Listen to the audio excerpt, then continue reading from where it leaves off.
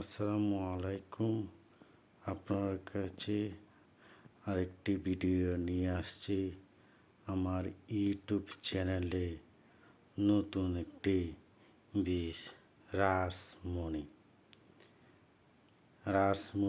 ওই বীজটা কীরকম সেটা বিষয়ে আমি যাচাই করার জন্য বাজার থেকে নিজে সরাসরি ক্রয় করে নিয়ে আসছি।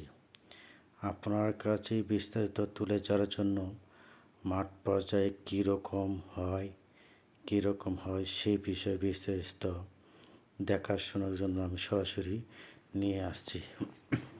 এখন বর্তমানে এটা যাচাই বাছাই করব, আমি নিজের জমিতে নিজের জমিতে রয়ে কীরকম ফলন, কীরকম কী হয় সব যাচাই বাছাই করে তারপরে আপনার সামনে বিস্তারিত বলবো যে এটা ফলন কীরকম হয় সেটা আপনার সামনে তুলে ধরবো।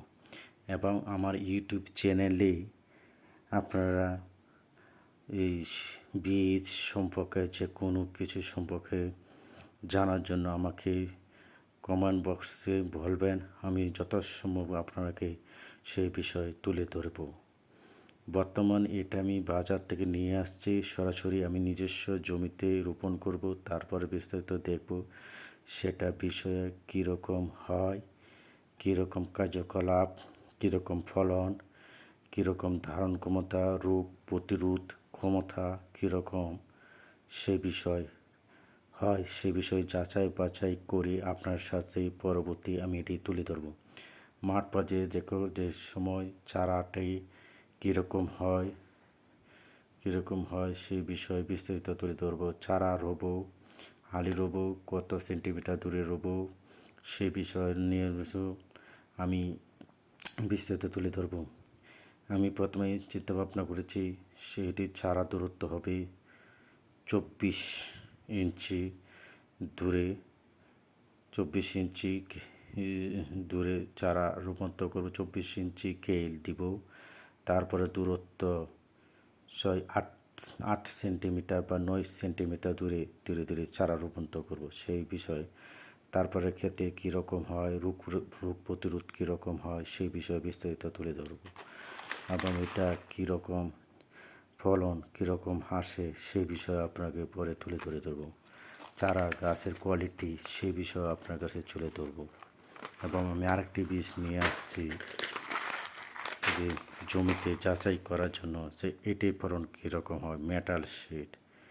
এই বীজটা কীরকম, ওই কোম্পানির কীরকম হয়, উপসি এটির পুঁইশাক কীরকম হয় সে বিষয়ে আমি নিজে জমিতে করব, তারপর আপনার কাছে বিস্তারিত তুলে ধরব। আশা করি যে দুটি কোম্পানির বীজ আমি নিয়ে এসেছি দুইটাই গুণগত মান ভালো এবং এটির মাঠ পর্যায়েও অনেক ভালো। মেটাল কোম্পানির বীজ বাজারজাত অনেক ভালো, পুঁইশাকও অনেক ভালো। দুইটা বীজে আশা করি অনেক ভালো ফলন পাবো, অনেক কিছুই পাবো। বিস্তারিত এটি বিষয়ে জমিতে রইব, দেখি কীরকম হয় ফলন, আর রাসমণি কীরকম হয় সরাসরি আপনার সাথে তুলে ধরব।